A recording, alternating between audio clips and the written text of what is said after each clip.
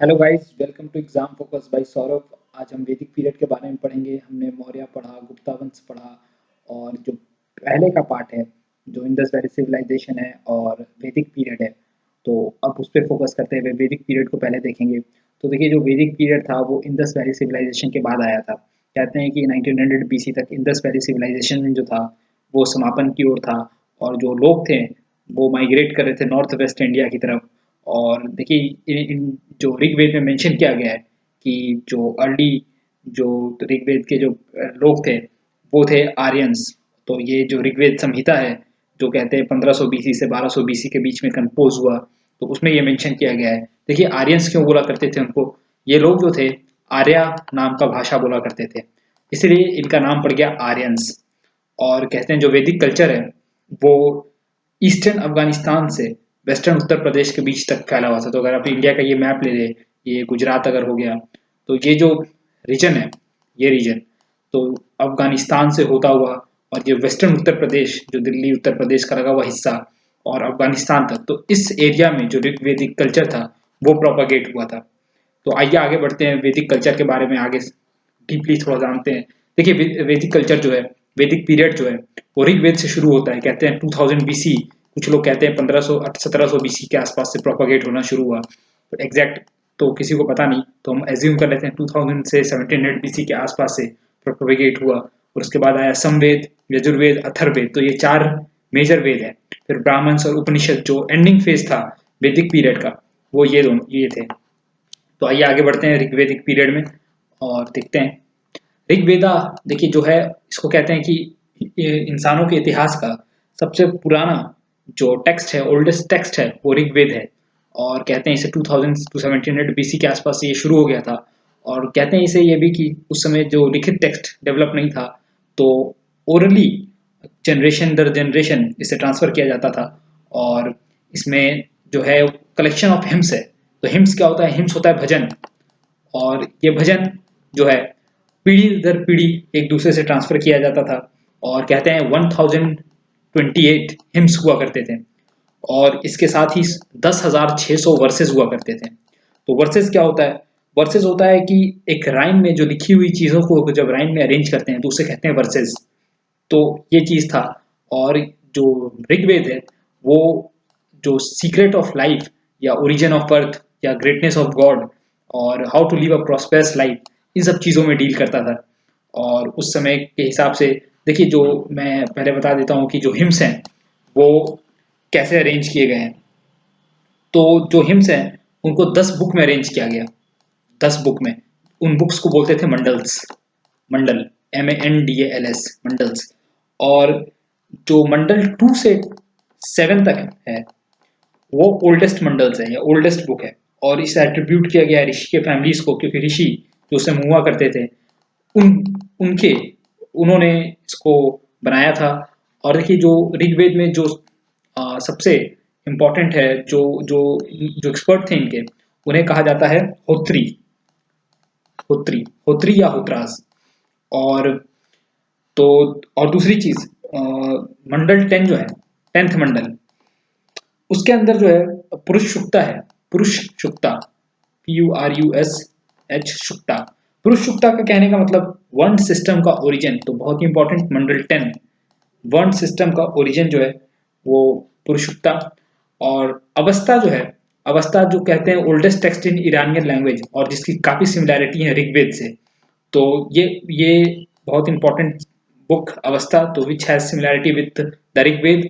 तो Avesta the oldest text in Iranian language, तो ये इंपॉर्टेंट है। और एक और बात, देखिए उस समय जो लॉर्ड इंद्र थे उनकी पूजा सबसे ज्यादा की जाती थी। और इन्हें सुप्रीम डाइटी कहते हैं, सुप्रीम भगवान जो है इन्हें माना जाता था। साथ में ही लॉर्ड अग्नि या आकाश के भगवान वरुण या सन देव सूर्य या इन तरह इन गॉड की भी अहमियत थी।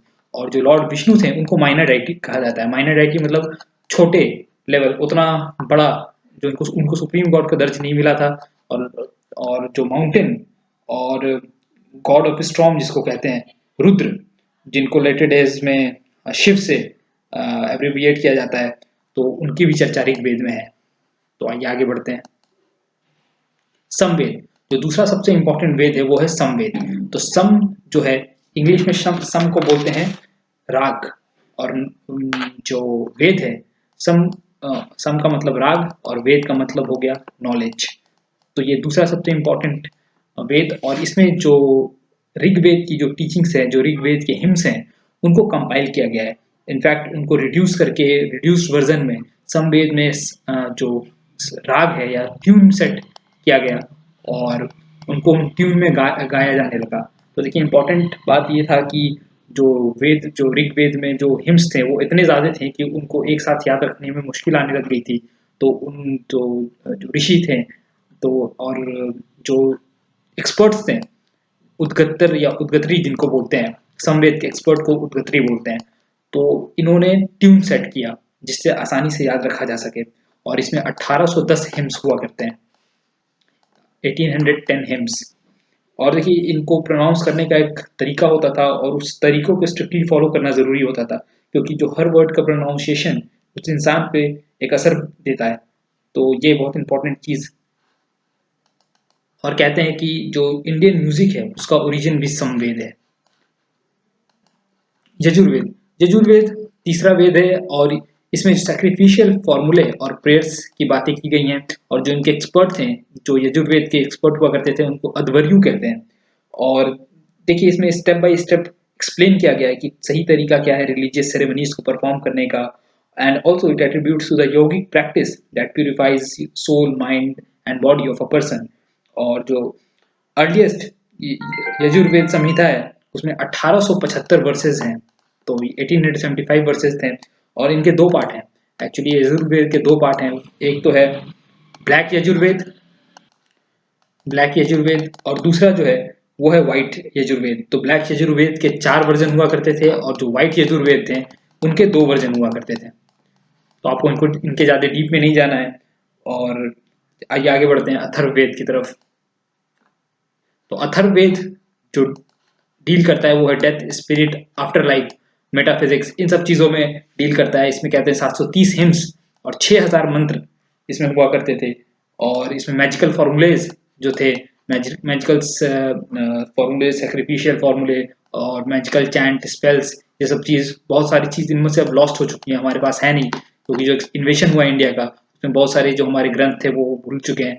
तो अब ये बहुत सारी चीज़ें बची नहीं हैं। और कहते हैं आयुर्वेदा का जो शुरुआत हुआ था वो अथर्ववेद से हुआ था।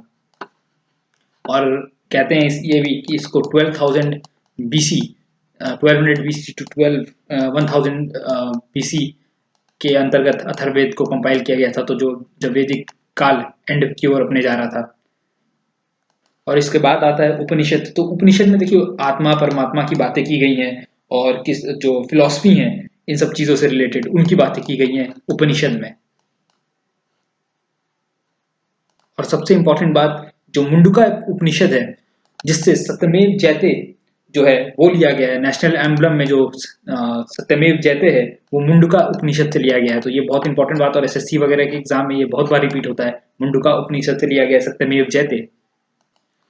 तो देखिए वेदा के बाद जो है कुछ उपवेदा आते हैं। तो और उपवेदा जो है इनको कहते हैं सब्सिडरी वेदा। और सब्सिडरी वेदा में जो कुछ इंपॉर्टेंट चीज़ है वो मैं बताता हूँ। देखिए आयुर्वेद, आयुर्वेद जो है मेडिकल साइंस से रिलेटेड है और इनका रिलीजन से कुछ लेना देना नहीं है। सो मेडिकल साइंस से रिलेटेड है आयुर्वेद। और दूसरा है धनुर्वेद। धनुर्वेद जो है मिलिट्री और डिफेंस इनसे रिलेटेड है।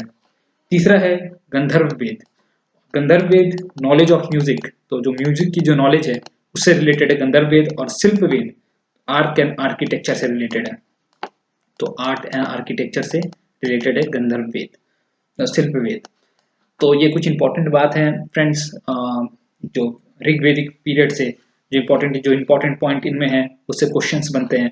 और तो स्ट्रेट फॉरवर्ड इसको ज़्यादा डीप में आपको नहीं पढ़ना है इन टॉपिक्स को। और thank you guys for watching the video, keep subscribing us. और हम हर दिन नए वीडियो अपलोड करते हैं। So stay tuned for the next video.